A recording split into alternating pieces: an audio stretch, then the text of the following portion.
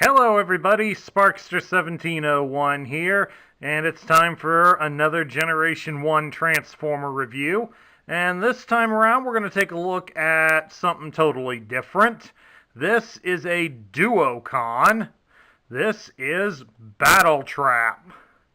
Now, Battletrap was released in 1988, and he would only be available in 1988. Being discontinued the following year, and we would not get a replacement for him.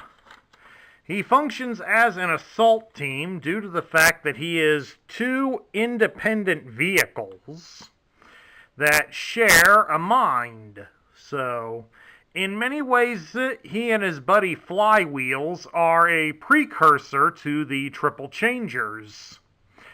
In fact, the IDW published More Than Meets the Eye guidebooks lists them as being precursors to the Triple Changers as an experiment done by Shockwave.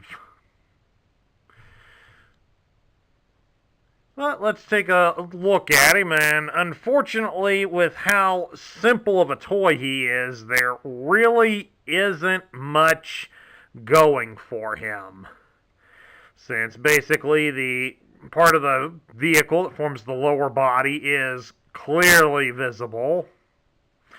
Well, so is the part for the upper body, especially when we take a look to the side. It really doesn't conceal either of the modes, and as far as articulation goes, well, you can, to some degree, well, maybe not. The arms really don't move. About the only thing you get for articulation is that he can wobble a little bit. You can bend him here at the hip, but again, that really doesn't serve any purpose. And since it's spring-loaded, he's just going to pop right back into place just like that. So he is a brick by every definition of it.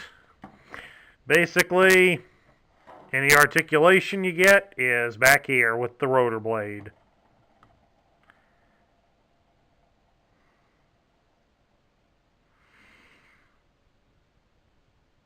Very exciting, wasn't that, folks? Okay, let's move on to the next thing about Battletrap. We're going to transform him.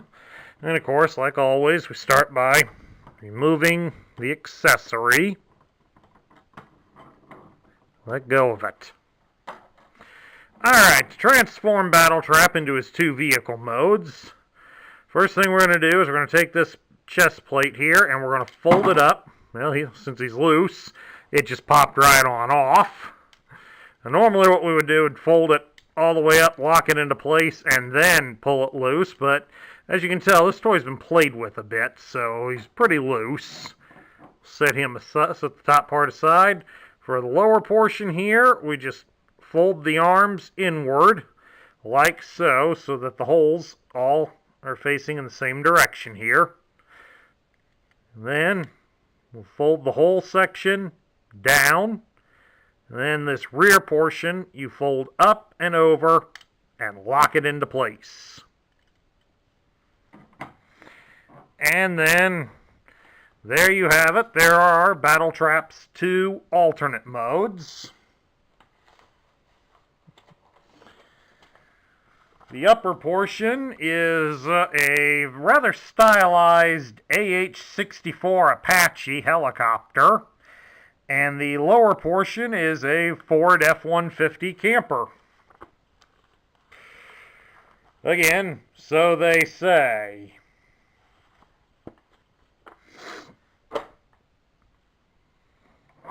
We'll take a look at each vehicle individually. We'll start here with the helicopter. And being a stylized one, it's not too bad. It does bear very little resemblance to the Apache helicopter, but it does sort of suit the purpose for being an attack helicopter. And as an added bonus, there is that circular hole here on the bottom. You can connect his weapon into that hole, provided you can keep the head in all together, and then,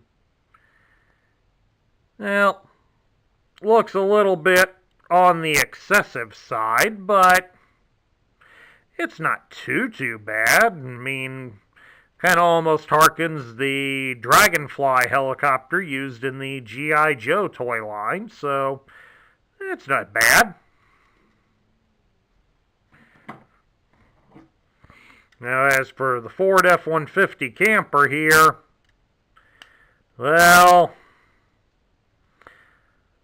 would have probably been nice if we could have used the winch here on the front of the truck. Hold on just a moment, my phone's ringing. Sorry about that. Back to where we was on here. Would have been nice if we had a working winch here at the front of the truck. You can see there's a bit of sticker wear here. Sticker's partially trying to come off there. It's nice that they gave us stickers for the window, I guess, but I'm not really a fan of the red, you know? And of course, as another measure of Hasbro's cost savings, we get plastic wheels, but let's get the helicopter out of the way here, and it's not too bad. It does roll pretty good here. Oh, and as an added bonus, we take this off the helicopter. The weapon itself can be attached here onto this hole on the top of the truck. So if you would rather, I mean, since that's an attack helicopter anyways, you can now have an attack truck. Again, like in my video review of Bug Bite, this might have worked out in that Car Wars game from back in the day. Looks kind of silly on him, but with it being on like that, you can't. If it weren't for the connection post here in the back, this thing would be able to rotate almost entirely around, so it only leaves a blind spot at the direct back. Otherwise, you get some pretty decent coverage here with this cannon. And of course, speaking of the cannon, that's the only loose part on him. So let's bring it up close so everybody can see it. It's listed in the instructions as a double-barreled assault missile launcher. You got me on that one, folks. I didn't realize there was such a thing as an assault missile launcher. And of course, on the back side, it's all hollow, save for the little peg here that it connects on. So, reasonably easy toy to find complete. But of course, the special gimmick with these things was how quickly they convert back into the robot mode, and I should show you that before we get on to other matters. Basically, you would take these 3 prongs here on the back of the helicopter, and you connect them into the hole. You connect the central one into this hole here in the back of the truck. The other 2 on the sides will force the arms out, like so. Just exactly like that. Now, while you've got him down here, you also want to push down in the center, make the nose of the helicopter fall into the front of the truck. Then when you let go, he should spring up into action. Just like that. And then you mount the missile launcher into a hole on his shoulder. I'll be back. I swear, if that thing rings again, I'm tossing it out the window. I'm sure many of you out there in YouTube land have had that same experience. Tried to do something, and the phone keeps ringing. There's just one thing the phones keep forgetting. We can chuck them out the window when they get too annoying. But anyway, let's take a look at Battletrap's instructions before that stupid thing goes off again.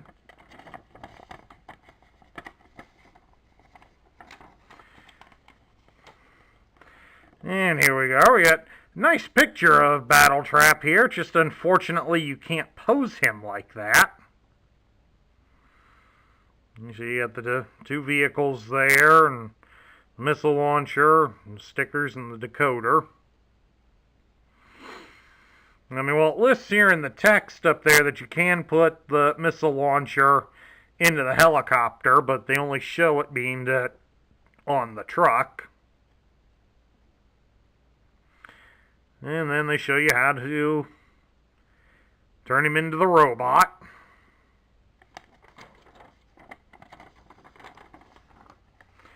And then now you get to see how to turn them back into the individual vehicles.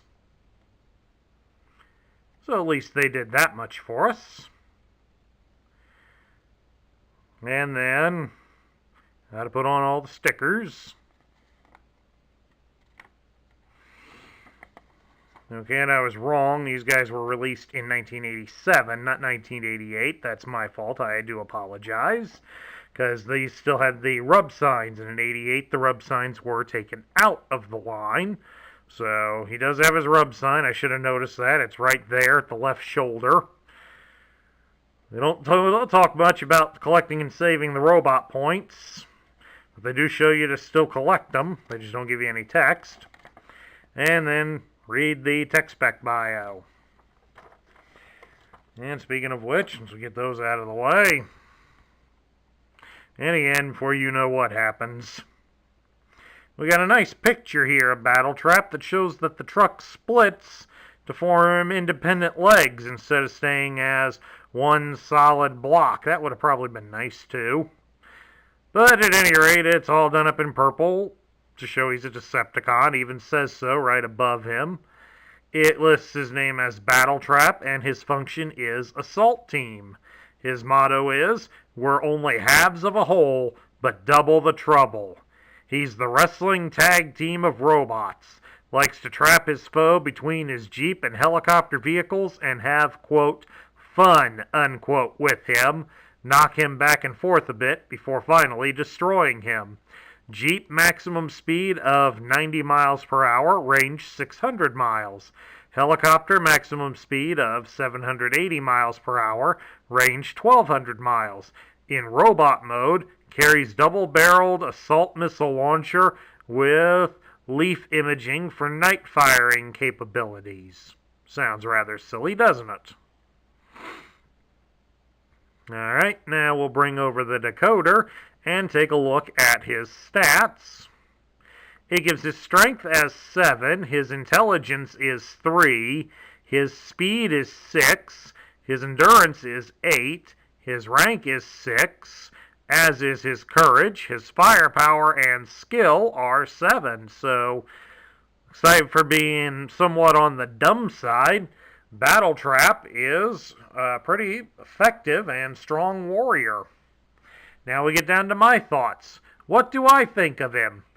Battletrap as a character is pretty interesting. It does show some of the mental strain that goes on with having Transformers that can adapt to more than one mode. The More Than Meets the Eye guidebooks point out that many of the other duocons that were inadvertently created by Shockwave died from the mental anxieties and stresses that were placed on their bodies. Only Battletrap and Flywheels were the only ones to survive, although their usefulness is kind of limited due to the fact that both vehicles have to be within somewhat close proximity of each other in order to be able to transform.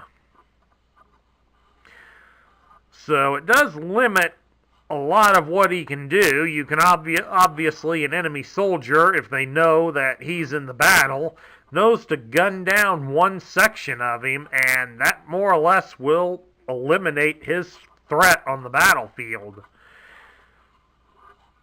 As a toy, though, let's face it, folks, this is pretty stupid. We don't really get any posability out of him. And the vehicle modes, while interesting, they're kind of bland. So, unfortunately, despite the fact that he is a decent soldier,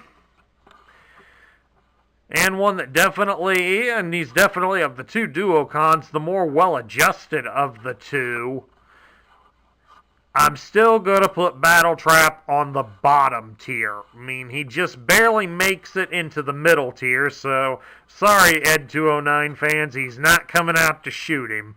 I like him enough to have him avoid that fate, because he just barely misses out on the middle tier. If we could have gotten some posability besides spinning the rotor on the back of him like it's a beanie prop on a kid's hat, he might have been more useful, or even if they'd incorporated some battle feature with that, like maybe he could generate a wind turret, a wind tunnel or something with it to deflect enemy missiles or something, just anything really that might have improved him, made it useful. But unfortunately, with the only action that we get is that we can putter him along like this on the wheels, that just doesn't cut it. That's more fitting for a child that is 3 to 4 years old, whereas these were made for 6, 7, and above. So this doesn't cut it, folks. Unfortunately, bottom tier for Battletrap. And that concludes my review of the Generation 1 Decepticon Assault Team Battletrap. If you liked the video, please give it a thumbs up here on YouTube. Also, hit that subscribe button down below to join up with us if you haven't done so already. Please also consider leaving a like for this video and share your thoughts about Battletrap in the comments section down below. This is Sparkster1701 saying I will catch you all later.